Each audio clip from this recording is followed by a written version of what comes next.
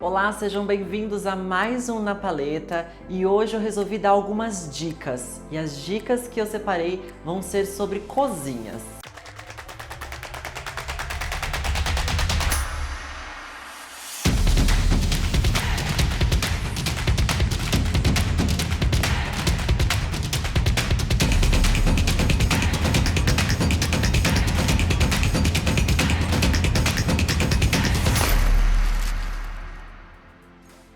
Vocês vão ver que essa cozinha já apareceu por aqui quando eu fiz o tour na residência do Projeto Casa.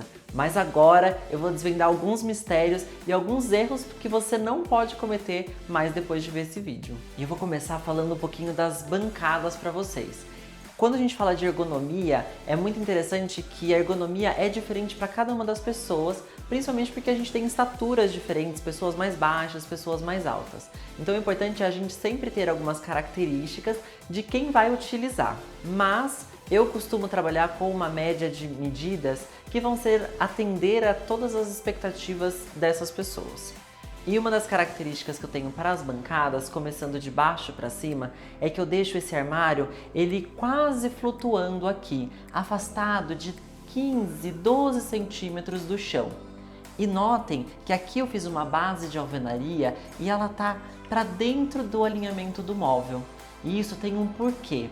Na verdade, quando a gente vai utilizar, os nossos pés, eles encaixam um pouquinho na parte de dentro do nosso armário para dar essa ergonomia e a gente não ficar longe da bancada. Aqui eu também poderia ter feito essa parte suspensa, o móvel todo solto do chão, mas seria um cantinho a mais para limpeza. Então essa base de alvenaria te ajuda nisso também. Quando eu falo sobre as alturas das bancadas, eu gosto bastante de trabalhar entre 92 centímetros da parte superior ao chão ou até 95 centímetros no máximo, porque a gente consegue ter uma boa ergonomia, não só na hora de trabalhar na cocção com o cooktop, mas também na hora de lavar uma louça e a gente não ficar encurvado por conta da profundidade da cuba. Para a bancada, é sempre importante a gente trabalhar com área seca e área molhada, que é a nomenclatura que a gente utiliza normalmente dentro dos projetos. Que nada mais é do que a área molhada, nós temos essa profundidade, essa alturinha aqui, para que a água, quando a gente for lavar uma louça, colocar ela para escorrer aqui do lado, ela não vazar para fora e acabar danificando o nosso mobiliário. Já a área seca é onde a gente está trabalhando com um espaço onde não tem essa incidência tão grande de água, que é exatamente na parte do cooktop ou áreas como bancadas para refeição rápida, então não há necessidade da gente trabalhar com essa dimensão. Quando eu falo de cubas, e eu digo que a profundidade dela é bem interessante, eu particularmente tento sempre trazer cubas o mais largas possíveis. Ao invés de trabalhar aquelas com divisões, onde a gente acaba trabalhando com duas cubas pequenas e elas não cabem em prato direito, eu gosto de trabalhar com uma única cuba um pouquinho mais larga e ela com essa profundidade bem interessante. Porque aí no dia que você vai receber alguém e tá tudo bem com uma louça, um copo, alguma coisa aqui, ela não fica saindo para fora da cuba. Inclusive, na hora de lavar panelas, a gente tem essa altura do fundo da cuba com o início da torneira também um pouco mais alto para que a gente consiga trabalhar com essa higienização. Quando eu falo do backsplash, que é essa área que costuma respingar não só gordura na parte da cocção, no cooktop, mas também na hora de lavar uma louça, nós temos diversas opções e características para colocar. Nessa cozinha, eu optei por não trabalhar com frontão, que é aquele pedacinho de pedra que vem um pouco mais alto, e sim trabalhar com essa textura em cimento queimado. Ela já tem uma impermeabilização própria, inclusive ela é indicada para áreas externas. Quase todas as cozinhas hoje em dia já tem um cooktop na programação do projeto, mas uma das coisas que eu acho muito importante destacar é que soltar a parte das chamas do forno é muito interessante porque a gente consegue trazer alturas adequadas para cada um deles. Nesse caso, o cooktop ele está posicionado aqui e na parte de baixo eu ganhei armazenamento para esse armário inferior da pia. Mas o meu forno ele veio parar aqui desse outro lado, numa altura completamente confortável para que eu consiga ficar em pé e fazer essa cocção aqui bem interessante também. Já o micro-ondas também numa altura bem confortável, justamente porque eu consigo retirar as peças nessa mesma altura e trazer aqui para minha bancada. Normalmente quando a gente coloca alguma coisa no micro-ondas é para esquentar, então a gente tem que tomar esse cuidado de ter um apoio próximo também. Um outro universo muito vasto que nós temos dentro das escolhas para a cozinha são os puxadores. A gente tem a possibilidade de trabalhar com puxadores externos, puxador cava com alumínio, puxador cava na madeira, que foi o que eu escolhi para essa parte da cozinha. Na verdade, aqui eu vou te mostrar 3 opções de puxadores diferentes. Aqui nessa proposta, eu optei por trabalhar com um puxador cava na própria madeira para ter exatamente esse visual bem clean e aconchegante dentro desse espaço e além de ser funcional.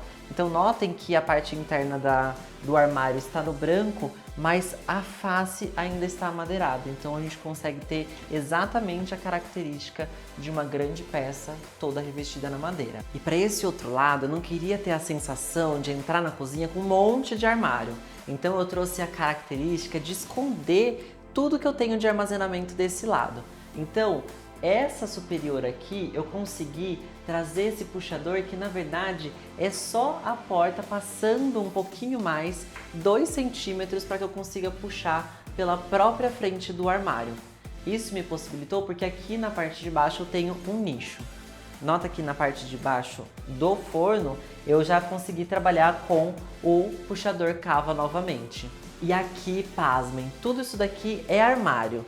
E a opção que eu trouxe para cá foi o fecho-toque, que traz essa característica desse sisteminha, que na verdade existem diversos sistemas. Tem gente que gosta, tem gente que não gosta. Eu particularmente sou apaixonado porque eu gosto desse visual um pouco mais clean e você acaba se acostumando com o fato de clicar para poder puxar a porta também. E fora que o visual fica simplesmente incrível, né? Quando a gente fala dos móveis planejados para a parte da cozinha, a gente sempre pensa no custo disso tudo, né?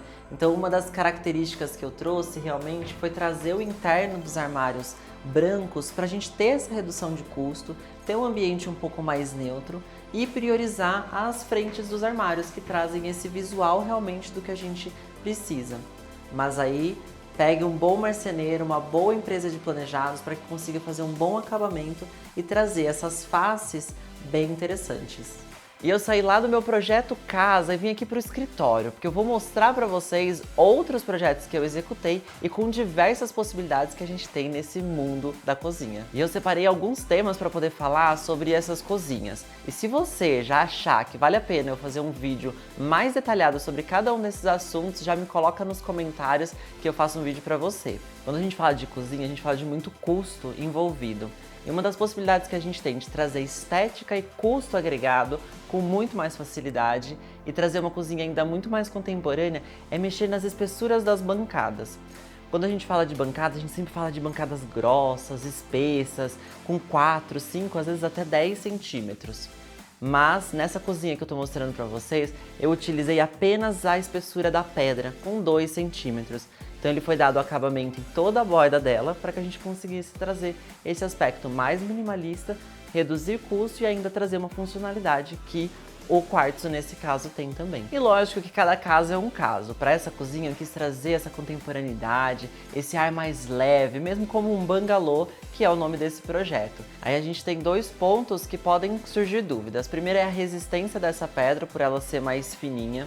O ideal é lógico que essas bancadas mais finas elas sempre estejam apoiadas no armário e também com as grapas de sustentação, que é aquela mão francesa que vai embaixo para dar todo o apoio para essa cuba, né, para essa pedra e essas bancadas. E uma outra questão também é a utilização do material. O quartzo que foi utilizado para essa cozinha foi justamente porque a gente gostaria de ter um material um pouco mais durável, com maior facilidade e durabilidade na higienização, por isso que nós economizamos aí também nas espessuras do material.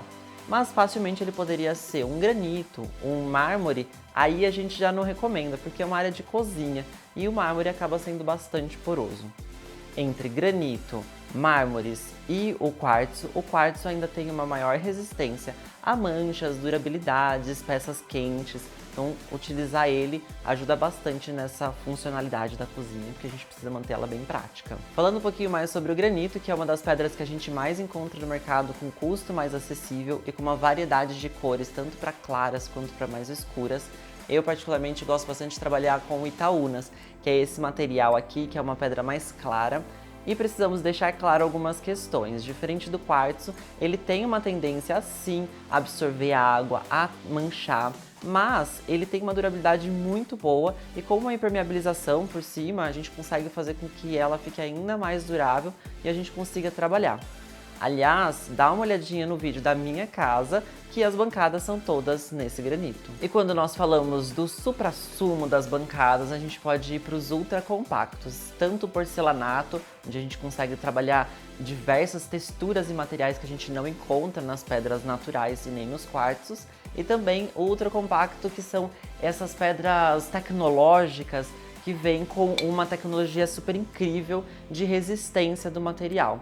Então ela é composta de mais de 30 minerais que são compactados, colocados em forno e trazem essa resistência, e também conseguimos trabalhar com espessuras ainda menores. Aqui a gente fala de resistência mesmo, a corte, a calor, a frio e também a manchas. E os ultracompactos, assim como o porcelanato, também tem diversas superfícies e impressões Ultra HD, então a gente tem uma gama de possibilidades aqui na escolha dos materiais. Falando sobre a parede atrás da bancada, nós temos também diversas possibilidades. Aqui no meu estúdio eu gosto de trabalhar com duas nomenclaturas. O frontão eu utilizo para as bancadas, aquele leve pedacinho que a gente tem de pedra que sobe, mas o material dessa parede é diferente dessa pedra. Quando eu trabalho com a nomenclatura do backsplash, é exatamente toda essa área que a gente tem de respingo, tanto de água quanto de cocção na hora de fazer uma comida e tudo mais. Então eu vou sempre dividir nessa etapa, falar sobre frontão e sobre backsplash. Na maioria dos meus projetos eu busco trabalhar sem o frontão de pedra, mesmo porque eu gosto de trabalhar com revestimento no backsplash. Mas nessa imagem que vocês estão vendo, por exemplo, eu trabalhei com o guache, que é esse revestimento que está selando essa parede, né, da gordura e tudo mais, e trazendo uma superfície mais fácil de higienizar, mas mesmo assim eu trabalhei com um frontão de pedra. Dessa forma eu consegui trazer uma estética diferente para o projeto e valorizar um pouquinho mais a bancada. Mas, na maioria das vezes, eu gosto de trabalhar sem esse frontão, como nessa outra imagem, por exemplo, onde a gente tem apenas o revestimento da parede e a pedra vem sem esse frontão. Assim a gente consegue uma característica muito mais minimalista, mais contemporânea e um visual mais agregado. Mesmo porque a própria parede já está selando ali esse contato direto com o gesso ou com o revestimento que poderia ser mais difícil de higienização. Para esse projeto eu trabalhei para o backsplash o mesmo material da bancada, esse granito. Ele vem fazendo toda a parte de superfície de cocção, mas também sobe para as paredes. Assim a gente reduz a quantidade de revestimentos que a gente tem no ambiente, o que torna esse projeto um pouco mais contemporâneo, mais minimalista. E nota que todo o contexto dele, inclusive, vem com 2 ou 3 cores apenas. Assim a gente faz com que esse projeto fique com menos rejuntes. Por exemplo, para quem tem essa característica de higienização e acha que o rejunte vai dificultar a sua limpeza no dia a dia, a bancada com a pedra subindo no backsplash já tem toda essa característica muito mais fácil de higienizar. As escolhas para a cozinha temporal, por exemplo, foram a bancada sem o frontão e esse backsplash veio com um revestimento um pouco mais texturizado. O que tudo bem para essa cozinha, porque nós estamos trabalhando com esse revestimento em porcelanato. Então a superfície ela é muito mais prática de higienização e ela não tem grandes fissuras que possam acumular um pouco mais de sujeira. E lógico que traz essa dinâmica que eu acho muito importante nos acabamentos e traz um pouquinho mais de textura mesmo, né? A gente tem um outro acabamento ali fazendo contraste com a bancada. Para a cozinha do projeto Família, por exemplo, a gente já foi com uma característica completamente diferente, nada minimalista e sim com bastante rejuntes. Mas notem que esse revestimento ele também tem uma película de um pouco de brilho, inclusive, que traz essa possibilidade de um acabamento um pouco mais dinâmico e de fácil higienização. Esse é o guache que já estava presente aí em outros projetos e você pode utilizar ele em diversas possibilidades, assim como já comentei com vocês no banheiro do nosso projeto de 232 metros quadrados, que você pode ir lá assistir. Vou deixar na descrição desse vídeo também. Na cozinha do projeto Integração, por exemplo, a gente volta com essa pegada um pouco mais minimalista, mas com material completamente diferente. Ao invés de trabalhar com as pedras da bancada, eu utilizei o vidro temperado para poder fazer essa caixa, essa volumetria aonde está inserido a churrasqueira junto com o cooktop. E o legal desse vidro é que ele está com uma película com cor. Então a gente consegue fazer diversas possibilidades de tonalidades e personalizar o seu projeto. Isso é o Sweet Living, a gente trazer exatamente essas características de personalização e a gente se sentir realmente parte daquele projeto. Agora vamos falar sobre a iluminação. A iluminação ela tem esse poder de valorizar tudo que a gente fez ou destruir todo o projeto. Então a gente precisa pensar realmente muito a fundo nessa característica. E já para começar falando sobre isso, vou desmistificar essa ideia de que cozinha precisa ter luz branca. Mesmo porque o que vai ditar a importância e a coloração que a gente está trabalhando dentro do alimento e tudo mais é o índice de reprodução de cor. Mas isso eu vou deixar para um outro vídeo para vocês. A gente falar de iluminação para cozinha, a gente tem que falar sobre como a gente usa a cozinha hoje. E não é apenas para serviço, não é apenas para cozinhar e a gente levar para a mesa de jantar e tudo mais. Hoje ela é praticamente a extensão da nossa sala de estar. Nós recebemos na cozinha. Então a gente pensar no conforto visual e nessa iluminação mais agradável para o nosso estar, para o nosso dia a dia, vai ser uma cozinha cada vez mais perfeita. Para os meus projetos eu gosto sempre de trabalhar com diversas cenas de iluminação, então a gente consegue trazer conforto, mais serviço, receber e tudo mais. Para a cozinha do projeto Grand Garden, por exemplo, a gente tem todas essas cenas aplicadas. Na parte da bancada, lá onde a gente tem a churrasqueira, eu tenho um armário superior. E embaixo desse armário superior eu trabalho com os perfis de LED embutido para trazer exatamente essa iluminação de serviço e a gente não criar sombra com a iluminação geral que está logo acima. A iluminação geral ela foi pontuada de forma uniforme dentro do espaço para que a gente consiga ter essa distribuição de luz bem agradável, bem confortável e, lógico, complementada com algumas outras, por exemplo, com as da coifa. A coifa ela traz uma iluminação já embutida em cima do nosso espaço de cocção, o que é muito importante para que a gente consiga realmente visualizar os alimentos com o melhor índice de reprodução de cor aí nas lâmpadas que a gente está trabalhando. Fora isso, eu também trabalho com uma iluminação perimetral lá nessa prateleira em cima, próximo ao teto. Eu tenho uma iluminação que fica tanto perimetral quanto mais difusa. Ela joga essa luz para o teto e ela rebate de uma forma muito confortável para todo o ambiente. Voltando para o nosso projeto Casa, não sei se vocês repararam a cozinha lá. Fora os spots duplos que a gente tem trazendo uma iluminação geral, eu também trouxe uma iluminação com o perfil de LED. Essa iluminação mais linear que traz uma iluminação um pouquinho mais difusa. No projeto da cozinha temporal, nós conseguimos identificar essas cenas que eu comentei, mas tem a valorização de uma das mais importantes, que é a iluminação natural. Então, prever o projeto pensando vindo dessa iluminação natural também vai fazer com que a gente consiga trazer ainda mais essa perspectiva e essa iluminação muito confortável. Mas a iluminação artificial, a gente precisa prevê-la com muito detalhe porque nem sempre a gente vai ter iluminação natural, porque a gente também trabalha na cozinha à noite, né? Para esse projeto, por exemplo, eu trouxe uma representação de uma claraboia dentro da cozinha, com esse rasgo de iluminação que é uma sanca iluminada. Eu tenho luz dos dois lados, o que faz com que essa intensidade, essa potência de luz, o lumen dela seja muito confortável. Fora isso, eu também trago a iluminação geral com os spots duplos, que traz aquela iluminação um pouquinho mais cênica. Nesse caso, eu trabalhei com os spots com a lâmpada na par 20, que abre esse foco bem bacana e a gente consegue inclusive visualizar no chão o desenho que essa iluminação faz. Mas isso vai para o próximo vídeo com essas dicas de iluminação. Na parte da bancada eu também trago a iluminação direto nas coifas, onde a gente consegue trazer essa iluminação um pouquinho mais de trabalho, fora os perfis de LED. Falando sobre os pisos, nós também temos uma gama diversificada de acabamentos, texturas e elementos que a gente pode trazer para essa utilização. Eu gosto sempre de pensar que o piso na área da cozinha, assim como na casa toda, a gente precisa ter essa questão de higienização e uma questão de funcionalidade e segurança muito presente.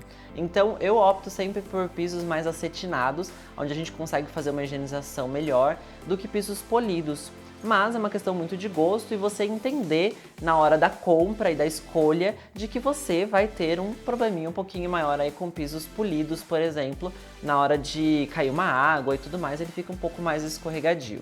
Mas nessa gama diversificada que nós temos, a gente pode trabalhar com o vinílico, com o porcelanato, com pedra natural, e isso vai ditar muito do seu projeto e como que você está guiando todas as características visuais aí da sua cozinha. Para quem ficou na dúvida desses dois acabamentos que eu mencionei, o polido e o acetinado, eu peguei duas amostras aqui, por exemplo, de piso da Portobello, onde a gente consegue visualizar exatamente essas características. O polido tem esse certo brilho que tem essa dificuldade realmente na parte da cozinha de uma higienização, ele fica um pouco mais escorregadio. Então a gente precisa se atentar a isso se a gente for utilizar revestimentos assim. Nos meus projetos eu opto sempre pelo acetinado, que tem esse visual aqui, zero brilho, mas ele tem esse toquezinho bem confortável e uma facilidade de higienização, por exemplo, e segurança, que é muito interessante. Mas antes da gente chegar nessa etapa de escolha dos acabamentos, que foi um pouquinho do que eu quis mostrar para vocês, das possibilidades que nós temos, a gente tem que pensar em como essa cozinha vai funcionar. Então a etapa de projeto também é uma etapa, se não uma das mais importantes, que é onde a gente consegue planejar junto com o cliente, por exemplo, todas as escolhas que nós estamos fazendo para cada um desses elementos que a gente colocou. Iluminação, bancada, backsplash, piso. E essa etapa, ela vem com essa característica de juntar a personalidade do cliente, trabalhar com a personalização, um projeto pensado para esse cliente, a utilização dele e, lógico, a característica estética e visual de cada possibilidade que nós temos dentro do projeto. Isso é pensar com o meu método Sweet Living, por exemplo, que é o que eu desenvolvo dentro do meu escritório hoje, que é trazer essas características bem da minúcia e pensar numa sensação para dentro de cada um desses ambientes. A grande dica aqui, então, é você pensar, ao invés de buscar uma cozinha semelhante à dos outros, por exemplo, é você buscar o seu próprio projeto, que te represente e que tenha todas as funções e características importantes para você. A cozinha que eu apresentei para vocês logo no começo do vídeo é a cozinha do empreendimento Casa da Diretiva. E você pode visitá-lo ainda mais de perto, dando uma passadinha no decorado. Eu já estou deixando para vocês na descrição do vídeo o endereço e lá você ainda vai poder conferir as plantas de 3 e 2 dormitórios que eles têm disponível ainda. E para os novos proprietários que adquirirem casas dentro desse período determinado, eles estão com uma promoção que você vai ganhar e ser presenteado com o projeto Estúdio Roma por Victor Romancini. Agora você imagina ter não só uma casa, mas também um projeto pensado com o Sweet Living, que é o meu método de criação para o seu projeto? Não esquece de colocar nos comentários se você quer que eu detalhe um pouquinho mais sobre cada um desses assuntos.